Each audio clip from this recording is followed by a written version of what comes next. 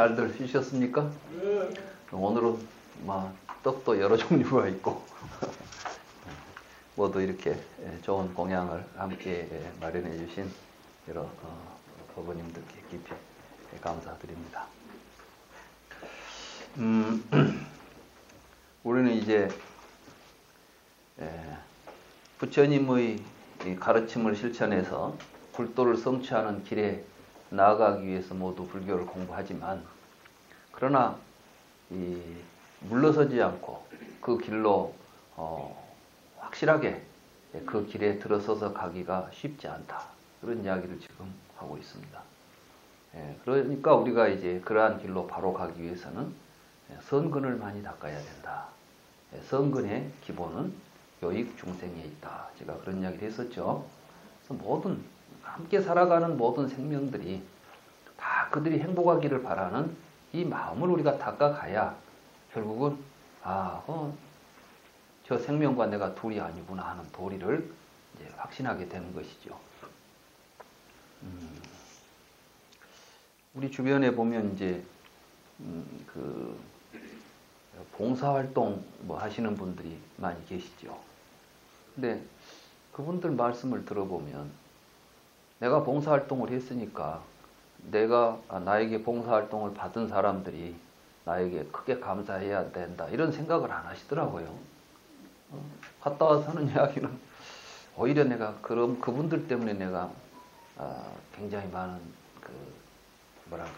이제 그분들의 은혜를 입었다.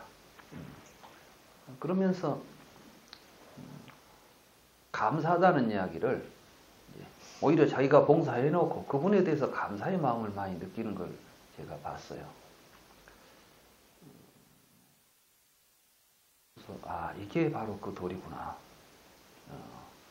실제로 우리가 뭔가 어떤 봉사활동을 해보면 힘드니까 내가 손해를 본다는 생각보다 그 속에서 정말 자기의 존재 의미를 느끼게 되고, 이런 것들을 훨씬 더 강하게 느끼면서 행복감을 느끼게 되고, 그런 걸 통해서 그분들에 대해서 오히려 존경과 감사의 마음이 생긴다고 그래요. 이걸 보면 왜 그럴까요? 이제 저는 혼자 이제 왜 그런 마음이 그때 일어나야 되는가, 일어날 수밖에 없는가? 이게 바로 우리 기신론에서 보면은 결국 자기에 대한 봉사인 거예요. 남에 대한 봉사는 그것이 곧 자기 자신에 대한 가장 소중한 봉사활동이 되는 것이죠. 그래서 부처님께서 이제 자애경이라고 하는 자기를 사랑하는 법에 대한 경이 있는데, 그 경 보니까 자기를 사랑하는 사람은 다른 사람을 사랑해야 된다, 이렇게 이제 말씀을 하시더라고요. 그래서 왜냐하면 다른 사람을 사랑해야만 자기가 사랑받는 사람이 된다는 거예요. 우리는 사랑받는 사람이 되고 싶습니까? 미움받는 사람이 되고 싶습니까? 자기 자신에 대해서 사랑받는 사람이 되고 싶죠. 근데 다른 사람을 사랑해야만 자기가 사랑을 받는다는 거죠. 다른 사람을 존경해야만 자기가 존경을 받는다는 것이죠. 근데 자기가 존경을 받기 위해서 다른 사람을 무시하고 모욕한다면 어느 누가 그 사람을 존경하고 사랑할 수 있겠습니까? 맞죠? 근데 우리는 자꾸 자기가 높아지기 위해서 다른 사람을 깔아뭉개려고 하죠. 그러니까 이제 우리 사회가 이런 생각이 만연된 사회는 갈수록 인간의 가치들이 낮아집니다. 전부 그러고 있으니까 높은 사람이 없는 거예요. 존경받을 사람이 없고. 저는 우리 현대 사회를 보면서 사람들이 전부 자존심만 높아. 저만 높은 거예요. 그리고 다른 사람은 전부 깔보고 무시해버려. 그러다 보니까 높고 존경받고 사랑받을 수 있는 사람들이 없어져 버리는 거예요. 그 자애경의 말씀을 깊이 우리가 좀 새겨봐야 되겠다. 바로 그 도리가 무엇을 보더라도 그런 도리들로 보면 나와 남이 근본적으로 둘이 아니기 때문에 그런 것이 아닌가, 이런 생각을 합니다. 이러한 사실에 대해서 우리가 확신을 가지고 살아가야 되겠다, 이런 이야기가 되겠습니다. 이제 또 다음 문장으로 선근이 적고 오랜 세월 번뇌가 깊고 두꺼운 중생은 비록 부처님을 만나 공양을 한다 할지라도 인천의 종자를 일으키거나 이승의 종자를 일으키며 설사 대승을 구하는 자가 있다 해도 근이 부정하여 나아가다가 물러서다가 한다. 간혹 제불에게 공양하기를 1만겁이 지나기 전에 그 도중에 연을 만나 발심하기도 하는데 소위 부처님 색상을 보고서 발심하기도 하고 혹은 중승이라는 것은 여러 이제 대중 스님들을 대중과 스님들을 공양함으로 인해서 발심하기도 하며 혹은 이제 중승이라는 것은 상가를 의미합니다. 이승인의 가르침이 발심케 하기도 하며 혹은 남이 발심하는 것을 배워서 발심하기도 하지만 이와 같은 발심은 모두가 부정하여 악인연을 만나면 퇴실하여 이승지에 떨어지기도 한다. 이 말씀은 이 대승에 대한, 다시 말해서 나와 남이 둘이 아니다, 남의 이익이 곧 나의 이익이다, 이런 것들에 대한 확신을 가지고 뭐 마음이 일어났다가도 정말 오랜 세월 이 선근이 없는 사람들은 이 가르침 속에서 제대로 확실한 길을 들어서지 못하고 왔다 갔다 하게 된다는 이야기입니다. 그러니까 결국 우리가 이 신성취를 하기 위해서는 머릿속으로만 해서는 안 되고 실제로 선근을 많이 심어야 된다. 이제 우리의 삶 속에서 착한 일을 많이 해야 되겠다, 이런 이야기입니다. 인천의 종자나 이승의 종자, 아까 열애의 종자죠?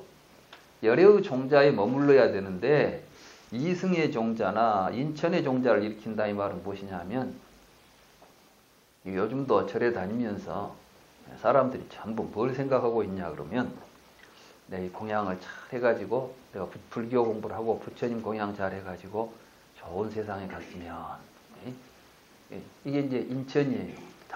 좋은 하늘 세상에 천이 이런 거예요. 그 다음에는 또 이렇게 했으니까 돈이나 많이 벌었으면, 우리 자식들 뭐 좀 잘 되었으면, 이런 게 전부 인천의 종자를 구하는 사람들이에요. 그러니까 불교 공부하면서 이제 이거 하다가 뭐가 좀 안 되면 이제 불교도 다 때려치워. 누가 이야기하기를 아이고 교회 가서 기도를 해야 뭐가 된다더라, 돈을 잘 번다더라. 그러면 이제 갑자기 아이고 부처님은 공력이 이제 다 떨어졌나? 요즘은 예수가 더 힘이 좋은가? 그리 가고 막 이러는 거예요. 우리 주변에 많이 있죠? 네. 중생들 다 그래요. 뭐 어디 목사는 그러더만, 하나님 믿어야 돈 잘 번다고. 그렇게 이제 막 했으면 또 거기에 또 귀가 솔깃하지. 인천의 종자를 구하는 사람들, 이런 사람들이고, 이승의 종자는 무엇이냐면 성문연각을 이승이라 그래요.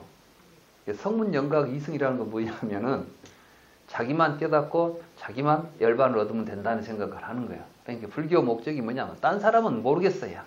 네가 고민하든 말든 몰라. 나는 내가 좀 내 문제나 해결했으면 좋겠어. 이런 생각을 가지고 한단 말이죠. 그런데 실제로 불법은 너와 내가 둘이 아닌데 너는 모르겠어. 나만 내 문제만 해결하면 되겠어. 이런 생각을 하는 것 자체가 제대로 갈 수가 없죠.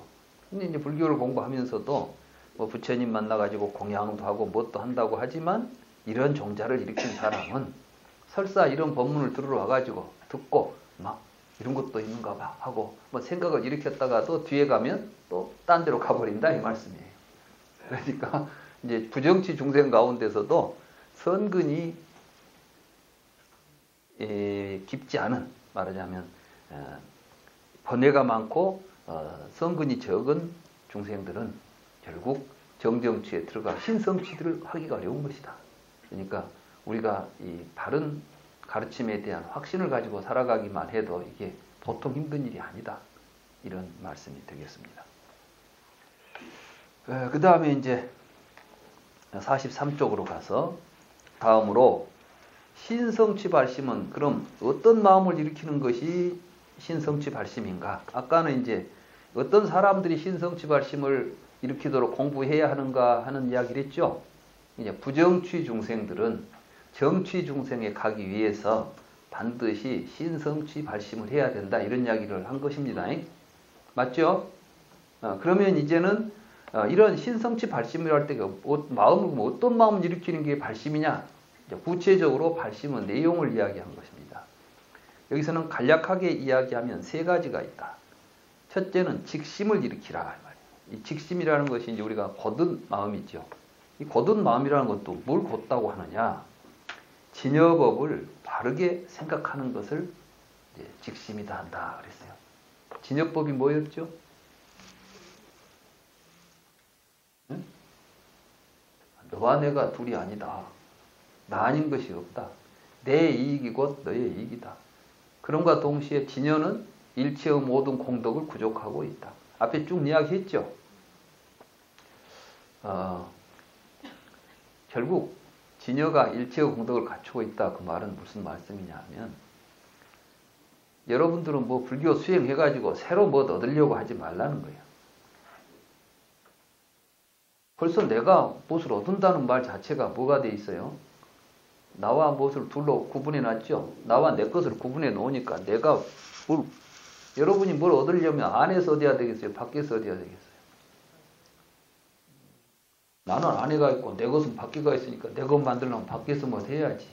이제 벌써 이런 생각 자체가 이 대승에 대한 신심을 일으킬 수 있는 마음이 아닌 거예요. 그렇기 때문에 여기서는 직심이라는 것은 진여법을 바르게 생각한다는 것은 본래 내 자체가 구족되어 있다는 사실을 여러분들이 굳게 믿는 거예요. 항상. 그러니까 여러분 스스로는 이제 불만이 있어요, 없어요? 여러분한테는 나는 이제 내가 스스로 뭘 구하는 것은 없어. 그렇지만은 뭐가 보여요? 그런 걸 모르고 아직도 고통에 빠져 있거나 힘들어하는 중생들을 보잖아요. 이때 그런 마음에서 이제 자비심이 일어나고 하는 거예요. 그래서 진여법을 바르게 생각하면 두 번째는 뭐냐면 심심. 이제 마음이 이제 깊은 마음이 일어난다. 깊은 마음은 뭐냐? 즐겨 일체 모든 선행을 쌓는 것을 말한다. 그러니까 사실 연결돼 있어요. 여러분들이 진여에 대한 바른 직심을 딱 여러분들이 갖게 되면 진여를 확실하게 여러분들이 확신하고 진여법에 대한 생각을 여러분들이 바르게 나의 참모습은 이런 거야. 이렇게 생각하고 있으면 이제 다른 중생들의 고통이 보일 거 아니에요. 뭐 이런 중생들을 위해서 내가 어떤 일을 해야 될까 하는 게 보이는 거예요. 그러니까 이제 불교 공부하는 사람들은 뭐 내 문제를 갖고 이제 따질 것이 없어. 나는 문제 없어야 돼. 내 문제가 앞에 눈이 가리고 있으면 공부하기가 어려워요. 아이고 내 코가 석자한테 나무 문제가 어떻게 보이겠어요. 그죠? 다 그래. 사람들 보면 내 문제도 해결이 안 되는데 나보고 어떻게 나무 문제까지 해결해라 하여. 이거 복잡해. 근데 진여법을 믿게 되면 뭐냐면 문제 해결 안 된 게 또 뭐가 있어. 자, 지금부터 진여법을 한번 보겠습니다. 자, 허리를 바로 세우시고.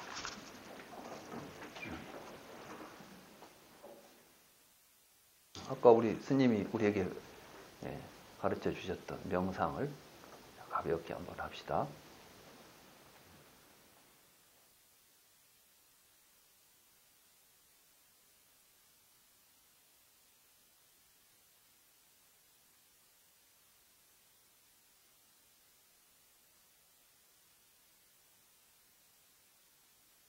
자, 이제 명상을 이제 그치시고 제 이야기를 들으시기 바랍니다. 잠시 명상하는 동안에 뭐 문제가 있었습니까? 없었습니까? 네? 아무 문제 없었죠? 본래 그 자리가 있는 거야. 우리 항상 거기에 살고 있어요, 지금. 근데 이제 이때부터 이제 마음이 움직이기 시작하면 문제가 발생해, 이제. 그죠? 마음만 쉬면 돼요, 그냥. 아까 떡도 잘 먹었겠다. 몸도 편안하겠다. 그러니까 이제 도인들이 하는 경지는 배고프면 밥 먹고 잠오면 잠잔다는 거야, 그냥. 이게 뭐, 이게 막 무의도시 건다는 이야기가 아니에요. 마음에 헛생각이 일어나지 않는다. 바로 열애의 그 진여의 자리에 머물러 있다. 이 진여의 자리에 머물러 있는 삶이 배고프면 밥 먹어야지. 배고픈데 가만히 있을 수 없잖아. 그러니까 배고프면 밥 먹고 잠 오면 잠자는 거야. 잠 안 자고 공부한다. 난 그 말이 이해가 안 돼. 우리나라 사람들은 잠 안 자고 공부해야 잘한다고 하더라고. 나는 잠 안 자니까 공부가 되는 게 아니라 머리만 어지럽더라고.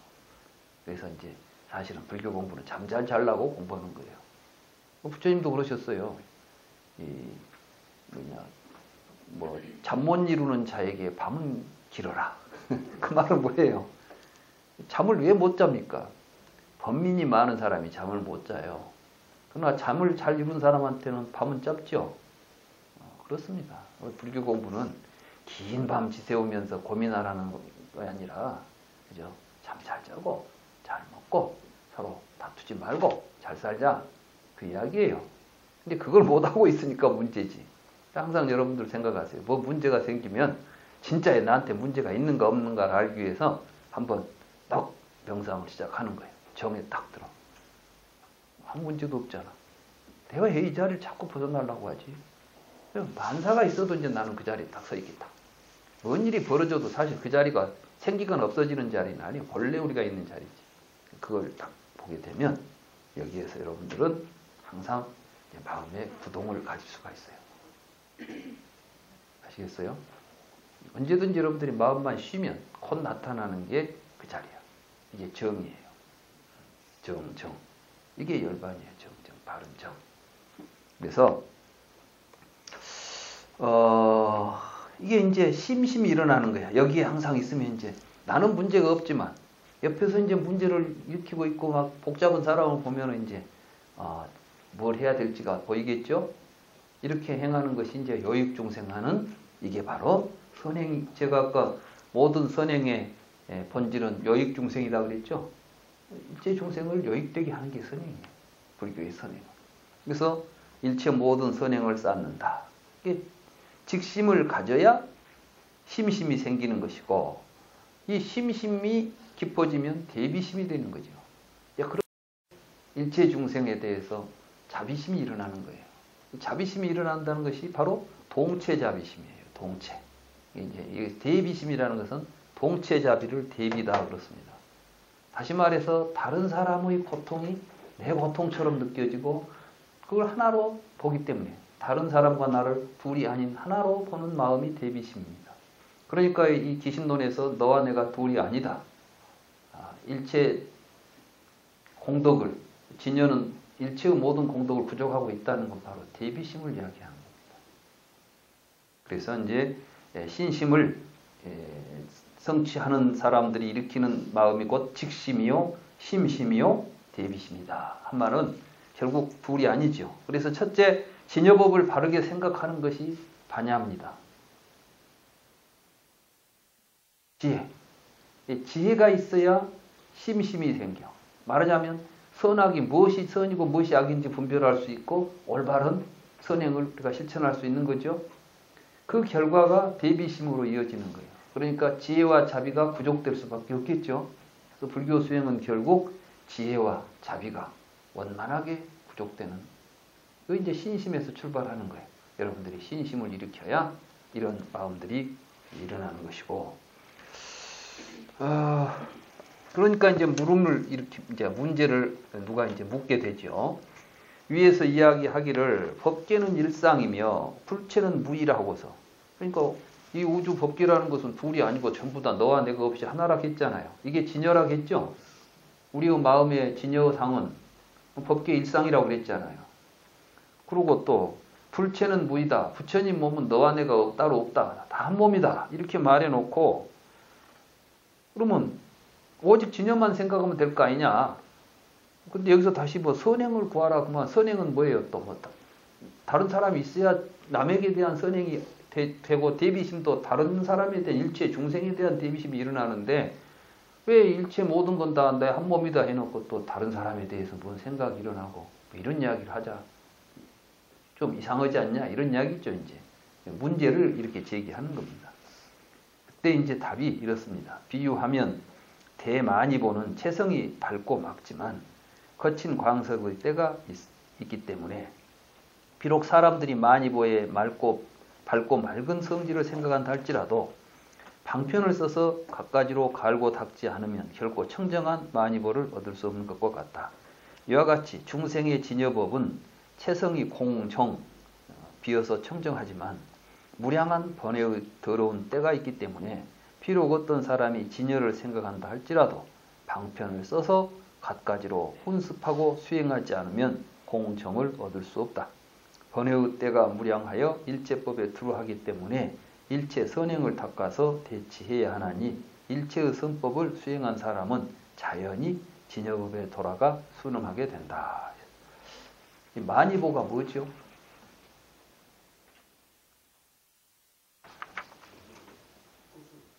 네. 아마 이게 만이를 진주를 만이라 그럽니까? 네? 네. 근데 만이가 실제로 진주를 아마 진주 밝은 진주가 이렇게 때값이 밝으면 좋은데 여기가 때가 끼어 있으면 재빛이 안 나잖아요. 그러면 이제 거기다 이제 때를 베껴줘야 된다 이런 이야기인데 이 이야기인즉슨 지금 이 신성취 중생들은 아직은 아까 이제 신념을 가지고 있는 사람들이에요. 그래서 아직은 성근 공덕을 짓긴 했어도 아직은 번뇌의 때가 이제 있어서 분별심이 일어나지 않는 자리는 아니에요. 이 사람은 이제 신념을 가지고 이런다는 생각만 가지고 있지 아직 그게 일체가 되어 있는 상태가 아니기 때문에 이 신성취 중생들이 갖게 되는 것은 여러분들이 한번 스스로 생각을 해보세요. 오늘 이런 본문을 듣고 그래 너와 나는 둘이 아니고 일체법은 모두 하나다. 그래서 여러분들이 살아가면서 그냥 모든 게 다 무엇을 보더라도 막 아무 생각 없이 다른 사람 보면 내 일처럼 막 해주고 이러지는 않죠. 하려면 어떤 생각을 해요? 맞아. 어떤 사람을 보게 되면 아이고 저 사람 불쌍하다. 그래. 진여법에 의해서 본다면 내 몸이나 다를 바가 없는데 내가 저 사람들에게 해야 되겠구나. 이렇게 이런 걸 선행이에요. 그러다 보니까 또 그 사람에 대해서 자비심이 일어나는 것이고 이런 작업이 곧 때를 벗기는 작업이에요. 그 이야기를 하는 것이다. 그와 마찬가지로 실제로 그렇지만은 때가 끼었다고 해서 만이보가 빛이 없는 건 아니죠. 다만 가려 있을 뿐인 것이죠. 이런 이야기를 하는 것입니다. 우리 여러분들이 신성취 발심을 하기 위해서는 직심, 신심, 대비심을 닦아야 하는데 아직 우리는 진여가 자기 자신과 하나의 일체가 되어가지고 진여와 하나가 되어서 지금 움직이지는 못해요 아직. 그렇기 때문에 항상 이제 분별의 마음이 일어날 수밖에 없는 것이고 그 분별이 일어날 때마다 직심을 일으키고 그 직심을 일으키게 되면 선심, 다만 심심이 발동하게 되고 심심이 발동해서 대비심이 일어나게 되고 이것들을 계속 하다 보면 자연스럽게 진여와 하나가 되는 때가 온다. 그 이야기를 지금 이렇게 그래서 이제 일체의 선법을 수행한 사람은 자연히 진여법에 돌아가 순응하게 된다 그랬죠. 이게 이제 정성취로 이르게 된다 이 말씀이죠. 그래서 간단히 이제 이 신성취 발심을 하는 수행하는 방편에는 네 가지가 있다. 그래서 일자는 행근본 방편이니 일제법의 자성은 무생임을 관하여 망견을 떠나 생사에 머물지 않고 일체법의 인연은 화합한 것으로서 업의 과는 망실되지 않음을 관하여 대비를 일으켜 여러 복덕을 닦아 중생을 섭화하면서 열반에 머물지 않는 것을 말한다. 즉 법성에 수순하여 생사와 열반 어디에도 머물지 않는 것을 말한다. 좀 말이 좀 어렵죠? 그러면 이제 우리가 이런 신성취 발심을 해서 수행을 한다고 할 때 가장 근본적인 이 신성취 발생을 수행하는 가장 근본적인 입장은 무엇이냐? 그러면은 크게 말하면 생사와 열반에 어디에도 머물리지 않는 것이다. 이런 말이에요. 그럼 또 생사는 뭐고 또 열반은 뭐냐? 이 보살이 이제 행할 때 무주 행이라고 그래요. 이걸 보고 무주. 머물지 않는다. 어디에 머물지 않느냐? 생사와 열반 어디에도 머물지 않는다. 그러면 생사와 열반 어디에도 머물지 않으면은 그건 뭐이냐? 우리가 만약에 이제 생사계를 떠나서 열반계에 머물러 버리면은 중생계와 단절이 일어나겠죠. 생사가 중생이에요. 이제 중생계와 열반계가 있어. 근데 중생을 떠나서 열반에 머무는 것은 이게 이제 이승이에요. 그죠? 또 열반에 모지 못하고 생사에 머물고 있으면 이건 중생이고. 이제 여기에서 지금 보살의 행은 중생을 두고는 열반에 갈 수가 없는 거예요.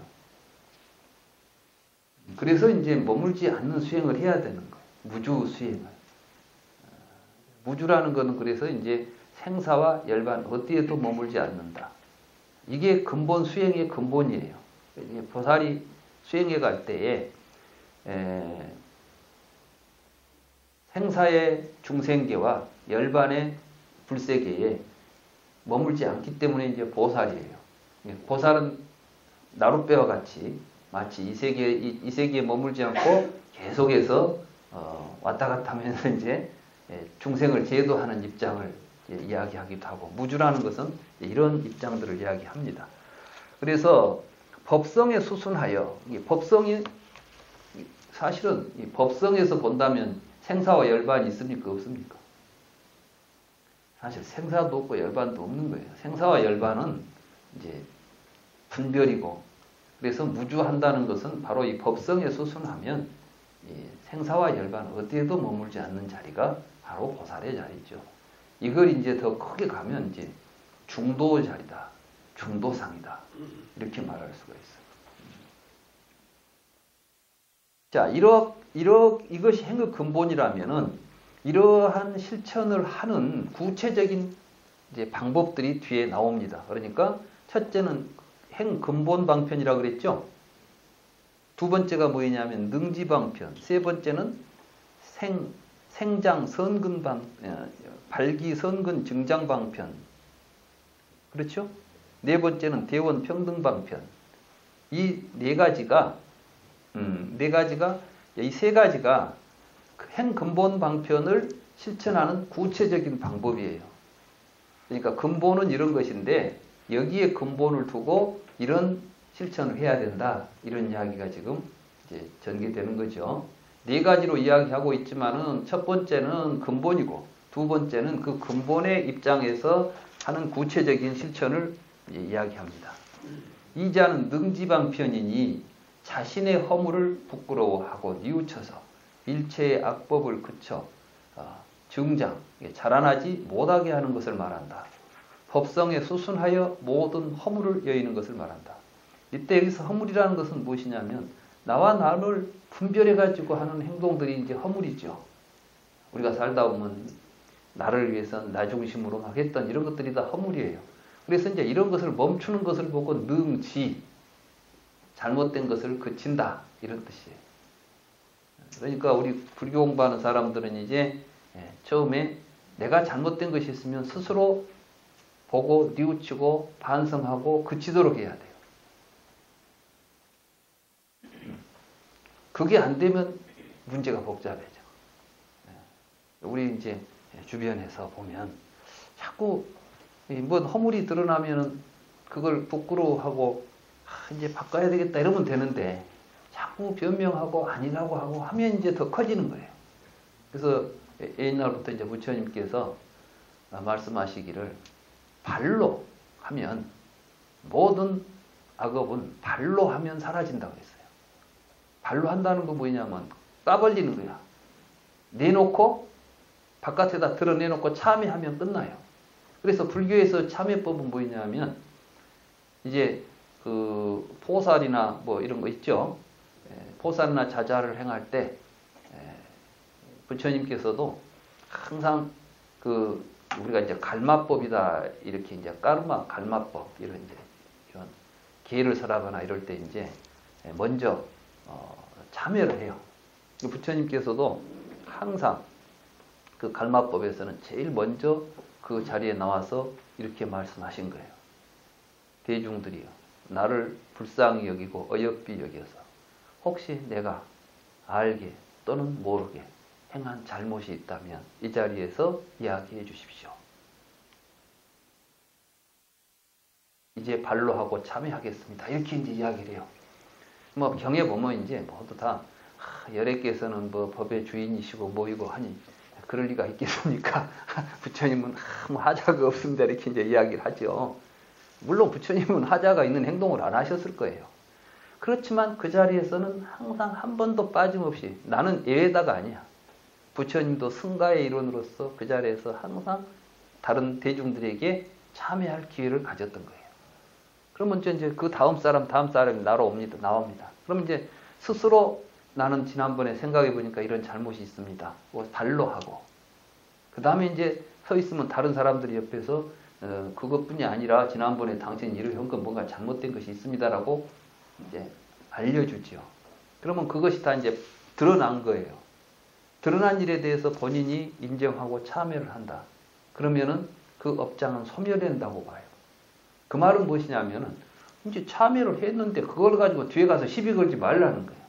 이미 이 사람은 참여를 통해서 새로운 사람이 된 거예요. 이게 불교의 참여법은 새 사람 되는 겁니다. 근데 우리는 마치 그걸 인정해버리고 나면 이제부터 한 번 도둑은 영원한 도둑이야. 한 번만 되면 이제 뭐 일이 되는 것처럼 이런 착각에 빠져 있어요. 우리도 또 그런 생각을 하죠. 몰랐는데 그런 일이 있었어? 이제 그다음부터는 그 사람이 그렇게 보이는 거야. 이건 이제 불교를 공부하는 사람의 태도가 아니에요. 불교를 공부하는 사람은 그 사람이 아무리 못된 짓을 했어도 스스로 나는 잘못했습니다라고 반성을 했고 스스로 그것에서 참여를 했으면 이제 그 사람에게 죄는 사라진 거예요. 그렇기 때문에 앙굴리말라가 부처님 앞에서 참여하고 순간 모든 악업을 소멸하고 아라한과를 얻은 거예요. 아시겠어요? 여러분들도 이제 혹시 집에서도 뭐 누가 잘못했다 그러면 참여하면 그걸로 끝내야 돼. 근데 그러면 뭐 당신 지난번에 그랬잖아. 당신 입으로 직접 말했잖아. 막 이랬었고 이게 이제 계속 되어버리면 이때부터는 이건 이제 가망이 없어 이 집은. 그거 안 돼. 그렇게 하면 절대 안 되는 거예요. 아셨어요? 네. 하여간 이 불교에서는 발로 참여면 업장 소멸이야. 이제 더 이상 근거 없는 거야. 근데 이게 덮어두면 커진다 그랬어요. 아니, 감추고 있으면 커지는 것이 업장이야. 이제 아마 감추려고 그래. 근데 감추면 또 오게 돼, 그것이. 아무도 몰랐겠지. 또 하는 거야. 그래서 계속 이 소멸이 안 돼요. 그러니까 이제 그걸 우리가 잘 아셔야 돼요. 그래서 여기서는 능지는 어떻게 해야 능지가 되겠어요? 허물을 부끄러워하고 뉘우쳐서 악법을 그치면은 이게 능지가 되는 거예요. 그것이 뭐냐면은 법성에 수순하여 모든 허물을 여의는 거예요. 그러면 이제 이것이 첫째고 이것을 능지방편이라고 그래. 그러니까 이런 해행 성취 발심을 하려고 한다면 첫째는 뭐부터 해야 되느냐? 자기 반성부터 해야 된다 이 말씀이에요. 내가 뭐가 잘못되어 있는가를 스스로 동찰하고 내가 잘못된 일을 지금까지 해왔다면은 그걸 스스로 참회하고 그치고 하는 작업이 우선돼야 되고 두 번째는 발기선근 증장방편이다. 부지런히 삼보에 공양 예배하고 제부를 찬탄 수순하고 설법의 주세를 권청하여 설법의 주세를 권청한다는 것은 이러한 부처님의 법이 항상 세상에 계속해서 설해지기를 우리가 바라는 거예요. 그러니까 이런 법회가 계속 끊이지 않고 이어지도록 하는 것을 보고 이제 설법 주세라고 그러는 겁니다. 주세를 권청하여 애경하는 마음이 수은 후 이것이 이제 두터워짐으로써 믿음이 증장하여 무상의 도를 구하는 뜻을 갖게 되는 것을 말한다. 불법성의 힘이 지켜주기 때문에 업장을 소멸하고 선근에서 물러서지 않게 되는 것을 말하는 것이다. 즉 법성에 수순하여 치장을 여의는 것을 말한다. 그러니까 앞에는 이제 법성의 진여에 수순하여 악을 멈추는 것을 능지방편이라 하고 법성에 수순하여 어리석음의 장애를 제거하는 것을 보고 선근 증장방편이라고 하는 것이다. 이런 이야기가 되겠습니다. 결국 이제 이건 무슨 이야기냐 하면은 우리 신성취 발심을 한 사람들은 삼보의 공양 예비한다. 이 말은 우리가 귀의할 것이 뭐이죠? 삼보죠. 그러니까 이제 우리가 귀의해야 될 삼보를 항상 잘 보존해야 돼요. 자유롭고 평등하고 평화로운 세상을 만들기 위해서 우리가 삼보의 공양을 멈추지 않아야 된다. 그러니까 뭐 법당을 지어서 여러 가지 이제 우리 법회를 구성하고 이런 법회를 통해서 법회를 유지해가고 하는 게 바로 삼보 공양이에요. 삼보 공양을 하니까 꽃 들고 가서 부처님 앞에 올리면 삼보 공양이라고. 물론 그것도 중요한 공양이지만은 이제 삼보 공양의 본 뜻은 더 큰 의미는 그렇게 불법이 항상 살아 움직이게 하는 게 이제 삼보 공양이 되는 겁니다. 맞겠죠? 공양이 뭐냐면 먹고 살 음식이거든. 삼보를 공양한다는 것은 삼보가 이 사회에서 잘 작동하고 살아 움직일 수 있도록 하는 작업이 삼보 공양이에요. 아시겠어요? 이 불법이 이 세상에서 사라지지 않도록 우리가 노력해가는 거, 이게 이제 삼보 공양이 되는 겁니다. 이 삼보 공양을 하게 됨으로 해서 어떤 일이 벌어지겠어요? 그러면 이제 제부를 찬탄하고 수의하면서 말하자면 부처님의 삶을 우리가 바라보고 거기에 따라서 우리도 그렇게 함께 살아가려고 하는 마음을, 기쁜 마음을 일으키고 거기에서 설법 주세를 권청해서 뭐 불교가 세상에 있어야 부처님 법이 설해질 거 아니에요. 이게 이제 설법 주세. 이렇게 하면은 불법성의 힘이 지켜지기 때문에 업장을 소멸하고 선근에서 물러서지 않게 된다. 사회가 그렇게 돼야 우리도 쉽게 부처님 법을 계속 공부할 수가 있는 겁니다. 세상에 삼보가 없고 우리가 설법하는 장소도 없는데 어떻게 우리가 부처님 법을 믿고 부처님 법에 따라서 살아가는 삶이 나오겠습니까? 우리 시대에 지금 굉장히 중요한 이야기들이에요. 뭐 이걸 한문으로 써놓으니까 뭔 말인지 모르고 어수선하지만 정리하고 보면 부처님 법 세상에서 오래오래 머물도록 우리가 확신을 가지고 이 법을 통해서 우리도 그 속에서 함께 부처님의 길을 나아가는 것, 불법성의 힘을 통해서 우리가 업장을 소멸하고 선근의 삶에서 물러서지 않도록 해야 되겠다. 이게 바로 법성에 수순하여 어리석음의 그 장애를 벗어나는 것을 말하는 것이다. 네 번째는 대원 평등 방편이니 미래세가 다하도록 일체 중생이 하나도 남음이 없이 모두가 다 구경해 무여 열반하도록 교화하여 제도하겠다고 발언하는 것을 말한다. 법성에 수순하여 단절이 없는 것을 말하는 것이니 법성은 광대하여 일체 중생에 두루하며 평등하여 둘이 없으므로 나와 남을 분별할 수 없으며 구경의 열반인 것이다. 자, 이 말이 뭐냐 하면 앞에는 삼보공양이 있었죠. 뒤에 가서는 대원방편 있죠. 이게 이제 지금 불교에서 우리 공부할 때 처음에 삼귀 하죠. 뒤에 가서 사홍선 하죠. 이게 이거 하는 거예요. 이거 잘하라는 거예요. 불교는 사실 뭐냐면 삼귀 잘하고 사홍선 잘하면 끝이야. 이게 이제 이거 하게 되면은 해행이 뭐입니까? 그 신행이 성취돼 가지고 바로 그 정정취, 이걸 잘하면 우리는 이제 결정코 부처가 될 수 있는 자리에 들어서는 겁니다. 아까 이제 삼보공양 이야기 했으니까 이제 그러면 대원 방편, 대원 평등 방편 이제 이야기를 이제 해봅시다. 여러분들 사홍선 하면 제일 먼저 무슨 이야기 하죠? 중생무변서원도. 그렇죠? 중생무변서원도. 왜 그 원을 세워야 돼요? 나와 중생이 둘이 아니니까. 중생무변서원도라는 말은 말로 하면 뭐 어리석은 중생들을 내가 돌아다니면서 다 깨우치겠다 뭐 이런 이야기가 아니라 중생은 생사의 고통을 느끼고 살아가는 삶들이죠. 이런 삶들이 모두가 다 행복한 삶을 살 수 있도록 해야 되겠다는 뜻이에요. 이게 중생무변서원도는 결국 우리는 이 세상을 고통받는 삶이 없도록 모든 사람이 함께 평등한 세상, 행복하게 살 수 있는 세상을 만들겠다. 이게 중생무변서원도예요. 그걸 하기 위해서 이제 다음이 이루어지는 거예요. 그러면 이제 뭐입니까? 중생무변서원도 번뇌무진서원단. 그러려면 뭐부터 해야 돼? 우리들이 번뇌부터 없애가야 돼. 아까 능지방편 있었죠. 저부터 잘해야 돼. 그 다음에 이제 뭘 해야 돼요? 법문을 잘 지켜야 돼. 다시 말해서 바른 길을 찾아가야 돼. 그러니까 이제 중생무변서원도가 핵심이 되어 있어요. 그러면 당연히 이 모든 중생들이 함께 잘 살게 하기 위해서 모든 번뇌들이 사라지는 세상 만들어야 되겠고, 이 번뇌를 소멸하는 게 뭐예요? 부처님 법이 곧 번뇌 소멸법이에요. 그러니까 법문 무량 서원학, 이 법문을 무량한 법문을, 이게 무량한 법문이다. 무량한 번뇌를 소멸하기 위한 법이기 때문에 이것을 잘 배워가지고 무상 불도 서원서, 부처님이 갔던 길 우리도 함께 갑시다. 그러면 불국토가 됩니다. 불국토가 되면 일체 중생이 다 뭐입니까?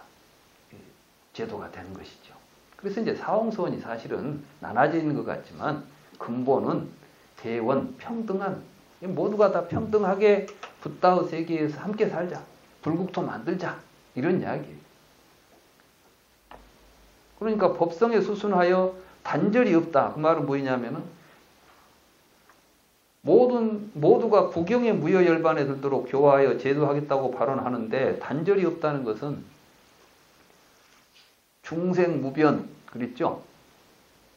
무변이라는 건 끝이 없잖아요. 끝이 없는데 언제 끝날 날이 있겠어요? 결국은 우리가 지금 부처님 법을 성취해 가서 살아가는 삶은 종착역이 없어요. 불교 공부는 어디 가서 끝나는 지점이 있는 게 아니야. 왜? 본래 법성에 시종이 없기 때문에 그래요. 그럼 시종이 없는 건 어디가 시종이 없어요?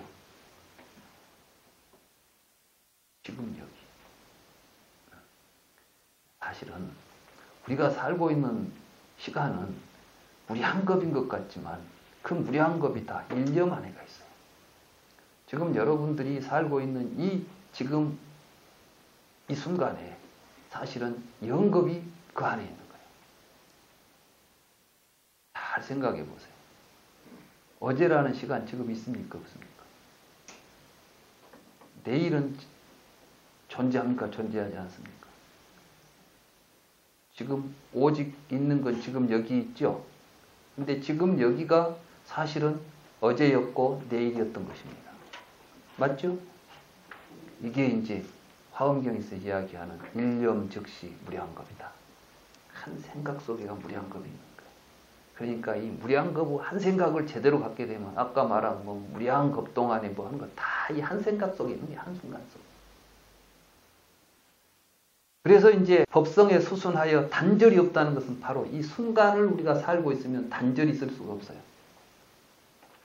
바로 지금 여기에서 우리는 항상 단절 없는 삶을 산다는 것을 깨닫고,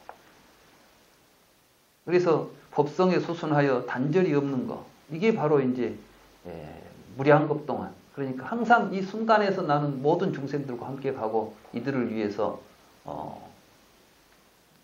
이들의 고통을 외면하지 않고 항상 이 순간순간 우리들이 부처님 법을 공부하고 부처님 법을 실현하면 그걸 이름하여 뭐라고 하느냐, 이게 불국토라고 하고 성불이라고 하고 말하는 것이에요. 그러니까 그거는 어디에 따로 있지 않습니다. 우리가 지금 여기에서 누구나 다 함께 할 수 있는 그 이야기를 지금 여기서 하고 있죠. 그래서 법성은 광대하여 일체 중생에 두루하며 평등하여 둘이 없으므로 나와 남을 분별할 수 없으며 구경의 열반인 것이다. 그 자리에서 보면 사실은 다 열반에 있는 거야. 따로 열반이 있지 않아. 이 자리로 모두 안내하는 겁니다. 우리가 일체 중생을 건지겠다고 하는 것이나 이런 모든 것들이 다 바로 이 단절 없는 이 자리에 우리 모두 함께 살아가는 삶으로 우리들이 같이 여기서 만나고 살아가는 것을 의미한다. 이렇게 말할 수가 있겠습니다. 그래서 이제 보살은 이 마음을 일으키기 때문에, 어떤 마음? 행근본방편 이런 마음이 있었죠.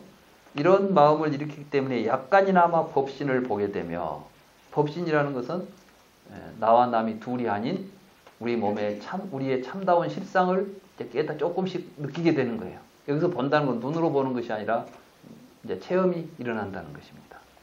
법신을 보기 때문에 원력에 따라 8가지 모습을 나타내어 중생에게 이익이 되게 하나니, 소위 도솔천에서 나오는 모습, 태에 들어가는 모습, 태에 머무는 모습, 태에서 나오는 모습, 출가하는 모습, 성도하는 모습, 법륜을 걸리는 모습, 열반에 드는 모습을 나타내는 것이다. 이게 뭐냐면 팔상성도죠.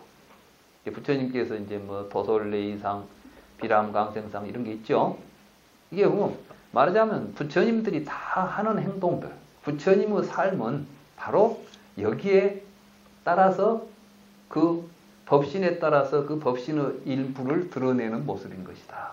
이런 말씀이 되겠습니다. 그러나 이 보살은 아직 법신이라고 부르지 못하나니 과거 무량한 세상으로부터 내려오는 유루의 업을 아직 끊지 않아서 태어난 곳에 따라 작은 괴로움과 상응하기 때문이다. 그러나 이는 업에 묶여서 그런 것이 아니라 대원의 자지한 힘이 있기 때문에 그런 것이다. 그러니까 이제 서가모니 부처님이 세상에 오셔서 사셨지만 서가모니 부처님은 법신이라고 하지 않아요. 뭐라고 하죠? 화신이라고 부르죠. 근데 법신, 그러면 이분이 법신을 몰라서 그러느냐? 그건 아니라는 거예요. 원력 때문에. 왜? 아까 그랬죠. 보살은 열반과 중생에 머물지 않는다 그랬죠. 생사와 열반에 머물지 않아. 그러니까 이제 이 원력 보살은 이미 자기는 법신의 경지에 다 다다랐음에도 불구하고 중생을 교화하기 위해서 사바세계에 오신 거예요. 그러니까 이제 이 기신론의 입장에서 본다면 서가모니 부처님은 하나의 그 법신불은 법신으로서 모습이 아니라 화신의 모습으로서, 그러니까 이제 보살행을 실천한 모습으로서 지금 묘사되고 있는 거죠. 그래서 대원, 부처님께서는 어떤 원을 세웠냐? 500대원을 세웠어요. 500대원을 보살의 수행을 하실 때, 그러면 그 500대원은 어떤 내용이냐? 이제 부처님께서 그 원을 세우신 이야기가 이제 대비백년화경 또는 비화경 뭐 이런 이제 경이 있어요. 대승경전인데 여기 보면 부처님께서 전생에 보혜장자로 이제 계셨어. 이름이 보혜야. 보혜소주가 있더라고.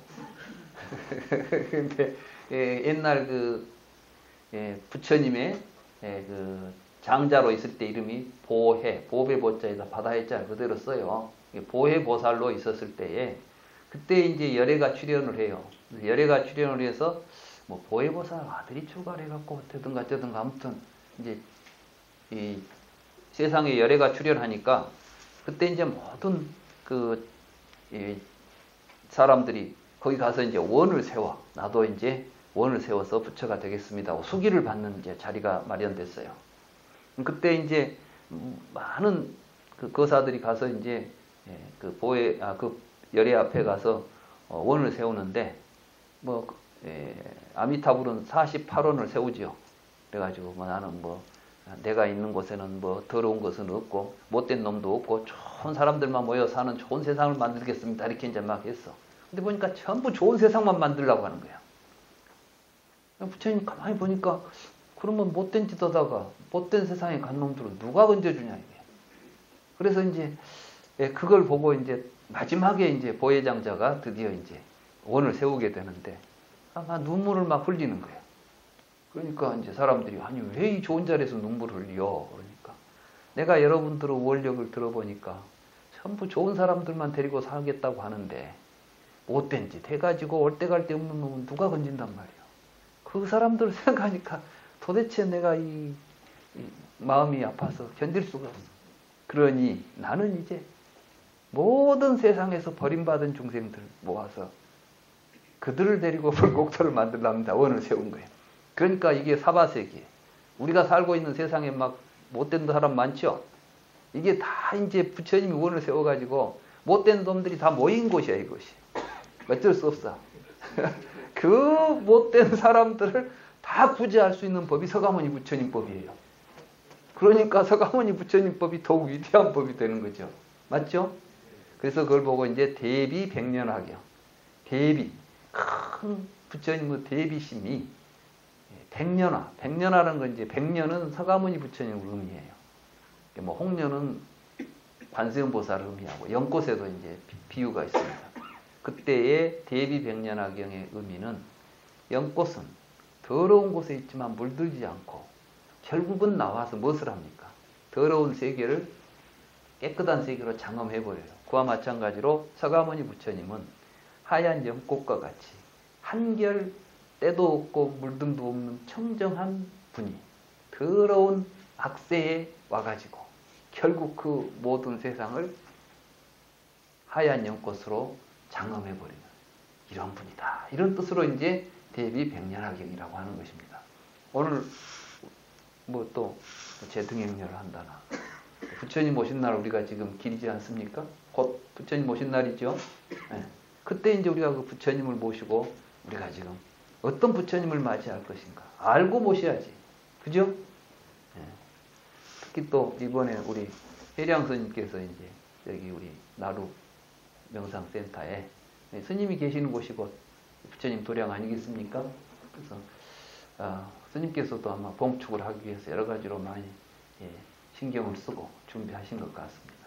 우리 불자들도 이번 기회에 저도 뭐 서울에 있으면 스님 모시고 같이 봉축을 했으면 쓰겠는데 저는 뭐 월요일 날이 또 학교 수업이 있고 화요일 날은 또 광주에 제가 관여하고 있는 절이 있는데 그 절에서 저보고 꼭 와달라고 하는데 뭐 안 갈 수도 없고 저는 마음만 전하고 제가 직접 참여는 못하겠습니다만은 이번 조파의 부처님 오신 날은 우리 같이 공부하시는 분들께서 혹시 시간이 되신다면 나루 명상센터에 스님 봉축하는데 같이 동참을 하셔서 이러한 부처님의 큰 뜻을 함께 기리고 기뻐하는 그러한 시간을 좀 가졌으면 좋겠다는 것이 또 제 개인적인 바람입니다.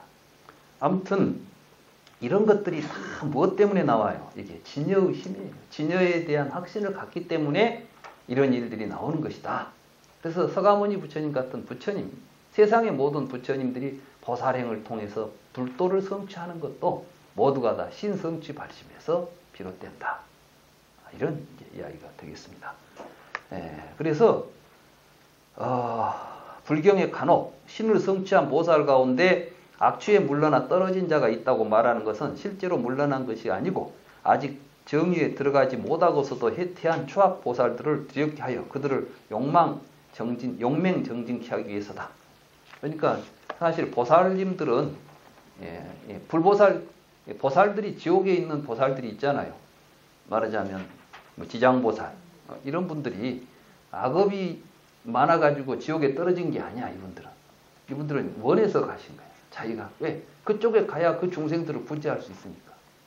또 그런 걸 보고 저렇게 뭐 하던 사람도 가는데 우리같이 못된 짓 하다가는 지옥이 분명하겠구나 이렇게 믿고 또 사람들이 보고 그걸 보고 또 반면교사해서 모두 다 더 성근을 쌓도록 하기 위해서 여러 가지 방편의 모습인 것이지 신성취를 하게 되면 절대로 물러서는 법이 없다. 그러니까 사실은 신성취가 그 신의 행정에서 신성취는 별거 아니다 이렇게 생각하시면 안 되는 거예요.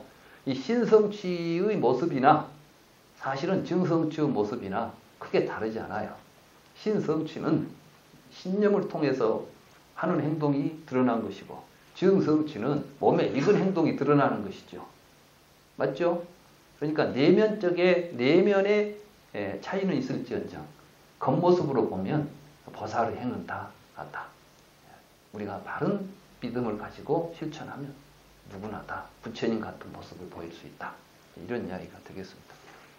오늘은 여기까지 하겠습니다.